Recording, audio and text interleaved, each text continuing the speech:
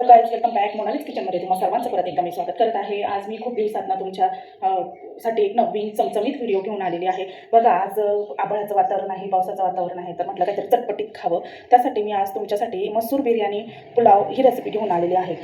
बघा, त्यासाठी मी इथे 10 मिनिटासाठी एक मोठा बाऊल तांदूळ भिजवलेले आहे. दावत राईस आहे हा. इथं आलं लसूण पेस्ट घेतलेली आहे 2 चमचे मोठे.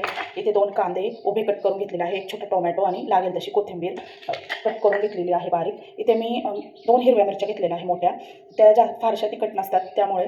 आणि इथे खडे मसाले घेतलेले आहे काही. आणि थोडेसे मी सोया चंक्स भिजवलेले होते, काहीतरी अर्धी वाटी मी भिजवलेले आहे. आणि अर्धी वाटी इथं मी मसूर 15 ते 20 मिनटं भिजवून ठेवलेले आहे. सो आज मी तुमच्यासाठी छान चटपटीत मसूर पुलाव दाखवते. पण साधारण 2 ते 3 चमचे मी तेल घातलेलं आहे कढईत. यात आता मी जो उभा चॉप केलेला कांदा आहे ना, तो छान परतून घेणार आहे. अगदी सोप्या पद्धतीची आहे बरं का. मसूर बिर्याणी खायला पण छान लागते आणि मुलांसाठी पण फार महत्त्वाची, म्हणजे प्रोटीन्सयुक्त आहे. झटपटीत अशी होणारी बिर्याणी तुम्ही नक्की ट्राय करा. कांदा आणि टोमॅटो मी छान परतून घेणार आहे.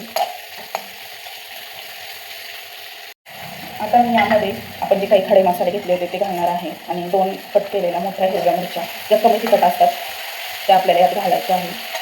ते पण छान परतून घ्यायचं आहे. त्यानंतर मी आलं लसूण पेस्ट केली होती 2 चमचे, ती पण यात छान परतून घ्यायची आहे. त्यात काही मसाले घालणार आहे. थोडासा गरम मसाला, धनापूड आणि थोडंसं लाल तिखट.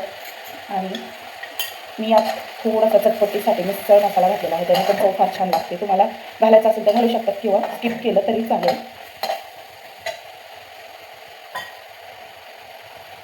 ह्याच्यात सोया बडी आपली भिजवलेली, म्हणजे प्रोटीनयुक्त सोया चंक्स त्यात घालणार आहे. ते पण छान परतून घ्यायचं आहे. चवीनुसार यात आपल्याला मीठ घालायचं आहे.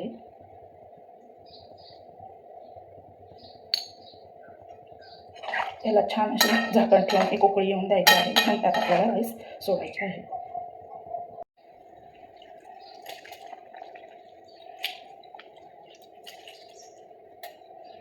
ते 15 मिनिटं आपण परत यात झाकण ठेवणार आहोत लो फ्लेमवर. पण 10 ते 15 मिनिटं आपले झालेले आहे.